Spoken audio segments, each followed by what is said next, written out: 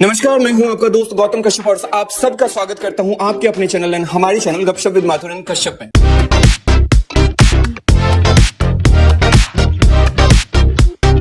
So guys, कुछ सालों पहले या कुछ दशक पहले एक शो स्टार्ट हुआ था सोनी टेलीविजन पे बिग बॉस नाम से।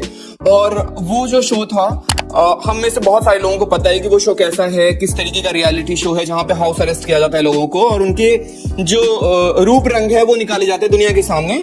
और उस शो के बाद बहुत सारे जो उसके बच्चे हैं वो पैदा हुए रियलिटी शो की दुनिया में। ऐसे ही बहुत सारे शोज आए, बहुत सारे चैनल्स पे आए। उसी में से एक शो आया लॉकअप भी पिछले साल और उसका इस बार एक नया सीजन भी आ गया तकरीबन 6 हफ्ते पहले, वो भी नेटफ्लिक्स पे। तो इस शो के बारे में आप अच्छा बोलो बुरा बोलो लेकिन बात करना तो बनता है। इसलिए मैंने सोचा कि क्योंकि इसका फिनाले भी हो चुका है तो क्यों ना इसके बारे में बात की जाए कि ये शो मुझे कैसा लगा और क्या क्या चीजें इस शो में शायद अच्छी थी, क्या चीजें मुझे खटकी। तो आइए बिना किसी झिझक के इस शो के बारे में बात करते हैं। Inmates assemble.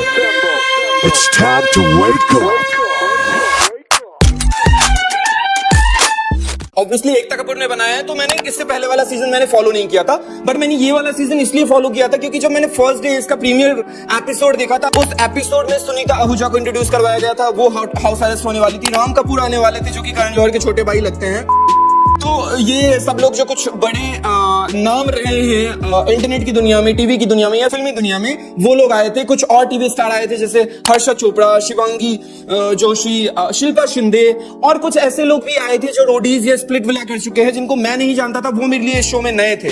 सो मैंने कहीं ना कहीं 1-2 एपिसोड देखा और फिर मैं देखने लगा ये शो क्योंकि मुझे कहीं ना कहीं ये जो वाइब है ना वो पूरी बिग बॉस की ही आ रही थी। बस टास्क थोड़े से अलग थे, रहन सहन थोड़ा सा अलग था, लेकिन ये शो मैंने देखना स्टार्ट किया और मैंने सोचा कि मैं इसका रिव्यू भी करूंगा, लेकिन यार टाइम ही नहीं मिला और चीजें वैसी हुई नहीं जैसी होनी चाहिए थी शायद मेरे हिसाब से। तो ये पूरा का पूरा एक डेली सोप बन गया। डेली सोप क्यों बन गया मैं बताता हूँ। एक तो ये शो ऐसा था नहीं बिग बॉस की तरह जहां पे आप प्यार करके दोस्ती करके चीजें आगे बढ़ा सकते हो और वो ऑडियंस को पसंद आएगी। तो कहीं ना कहीं वो चीज मुझे बस अच्छी लगी कि वो ज्यादा से ज्यादा गेम पे फोकस कर रहे थे। हम बात करते हैं कंटेस्टेंट की। राम कपूर आए, राम कपूर ऑब्वियसली यार वो जो भी है वो रियल पर्सनालिटी तो एटलीस्ट रियली दिखाएंगे जो भी शो के अंदर है, बट भाई साहब वो पर्सनालिटी मुझे कभी समझ में नहीं आया। इतना diplomatic personality and he deserves कि वो बिग बॉस में जाएं और बिग बॉस में भी ऐसे ही गेम खेलें क्योंकि वो मास्टरमाइंड डेफिनेटली बन सकते हैं। इसके अलावा मैं शिल्पा शिंदे को हम सब जानते हैं वो कैसी हैं, किस तरीके की हैं। नेगेटिव एनर्जी तो आती है, कई बार उनसे आती है, उनका बोलने का ढंग सही नहीं है और यही चीज रियलिटी शो को चाहिए होता है और यही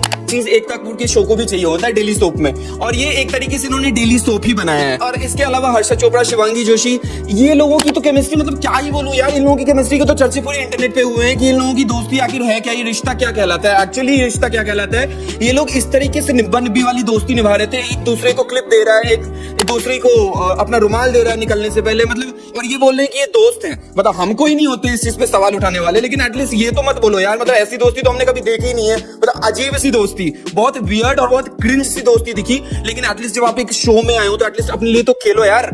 हर्ष चोपड़ा मुझे स्टार्टिंग एपिसोड्स में अच्छे लगे, लेकिन जैसे जैसे एपिसोड बीतता गया तो मुझे लगा कि ये कहीं ना कहीं वाली गेम खेल रहे हैं और कुछ समझ में नहीं आ रहा था कि वो खुद के लिए आए भी हैं नहीं शो में, सिर्फ वो किसी ना किसी के लिए सपोर्टिव सिस्टम के रूप में दिखे, किसी ना किसी के लिए, ऑब्वियसली शिवांगी के लिए। And end of the show जब वो शो खत्म होने वाला था 1-2 हफ्ते पहले वो निकल भी गए, फिर शो में आए भी ये प्रॉमिस के साथ कि इस बार मैं खुद के लिए खेलूंगा। उस बार भी वो खुद के लिए नहीं खेला, उसने फिनाले एपिसोड में पहुंचा दिया शिवांगी जोशी को और उसने ये साबित कर दिया कि वो दोस्त मतलब ये शो ऐसा ही रहा है। ऑब्वियसली इस शो की एक और जो कमी मुझे दिखी कि आप ये बोलते हो कि जनता का फैसला, जनता ने सबको एक टैग दिया था, उस टैग के साथ सब लोग उस घर के अंदर आए थे।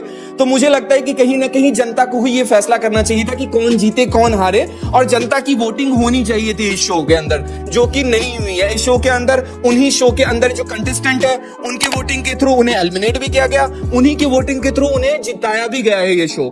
तो कहीं ना कहीं जनता का फैसला तो बिल्कुल भी नहीं है इस शो के अंदर, जो भी विनर बना है उसके लिए।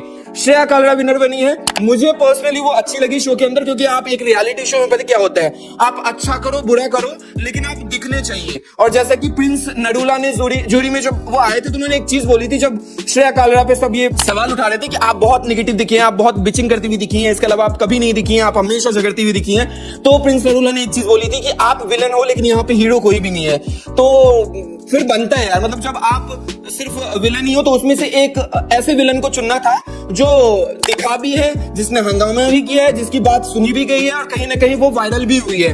तो श्रेया कालरा को मैं इससे पहले नहीं जानता था, बट मुझे कहीं ना कहीं वो कलेशी आंटी और वो चुगली करने वाली जो चीजें होती है ना, वो मुझे कहीं ना कहीं सही लगी है। और उसमें तड़का तब आया जब शिल्पा शिंदे की एंट्री हुई थी, और वो तो उसके लिए माहिर है, उनके पहले शो में हम देख चुके हैं बिग बॉस में। इसके अलावा भी कुछ कंटेस्टेंट आए थे जिनको इससे पहले हम नहीं जानते थे।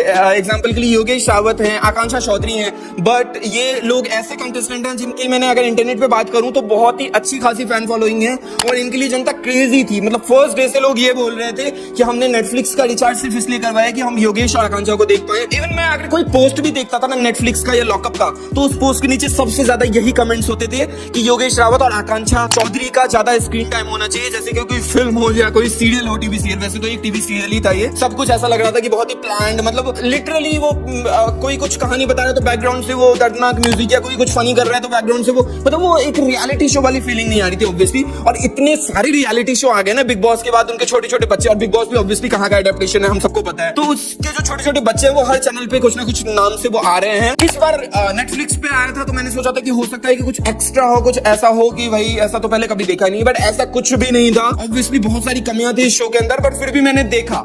और मुझे जो कंटेस्टेंट एक्चुअली में अच्छे लगे कलेशी वलेशी के रूप में, तो वो श्रेया अच्छी लगी थी, लैला अच्छा लगा था। लैला को भी इससे पहले मैं नहीं जानता था। रेबल किड आई थी अपूर्वा, एंड उसने बहुत ही अच्छा किया था। मतलब जितने भी हफ्ते वो थी, 1 या 2 हफ्ते, मतलब शी वाज अमेजिंग। तो यही सारे कंटेस्टेंट थे, यही शो था। एकता कपूर जिसको हीरो बनाना चाहती थी, पता नहीं उसको बना पाई कि नहीं, लेकिन जिसको विनर बनाना था उसको उन्होंने विनर बनाया। मैं ये नहीं कहूंगा शो बायस्ड है, लेकिन शो पूरा का पूरा स्क्रिप्टेड लगा। कहीं पे भी जनता का फैसला नजर नहीं आया, कहीं पे भी ऐसा नहीं लगा कि जनता ने किसी को जो टैग दिया है उसके अगेंस्ट जाके जनता किसी को वो टैग से हटा रही है, जनता किसी को विनर बना रही है। एक चीज मुझे शो के अंदर अच्छी लगी, अच्छी हो या बुरी हो, सबने अपना एक सीक्रेट जो रिवील किया, और वो मुझे लगता है कि हर किसी के लाइफ का एक ना एक सीक्रेट ऐसा होता है जो हम सबसे छुपाते हैं, या कभी अपने आप से भी छुपाते हैं, या अपने लोगों से छुपाते हैं। बट बहुत बड़ी हिम्मत चाहिए टीवी पे आके, नेशनल टीवी पे आके ऐसे माध्यम से सबको ये चीज बताना कि आपके साथ कुछ हुआ है, जबकि आप कल्प्रिट नहीं है, लेकिन फिर भी आपको ये लगता है कि अगर मैं आप लोगों से ये चीज शेयर करूंगा तो शायद मुझसे लोग दूर होंगे या मुझे लोग जज करेंगे, जबकि जज उन्हें होना चाहिए जिन्होंने कुछ गलत किया है किसी और के साथ।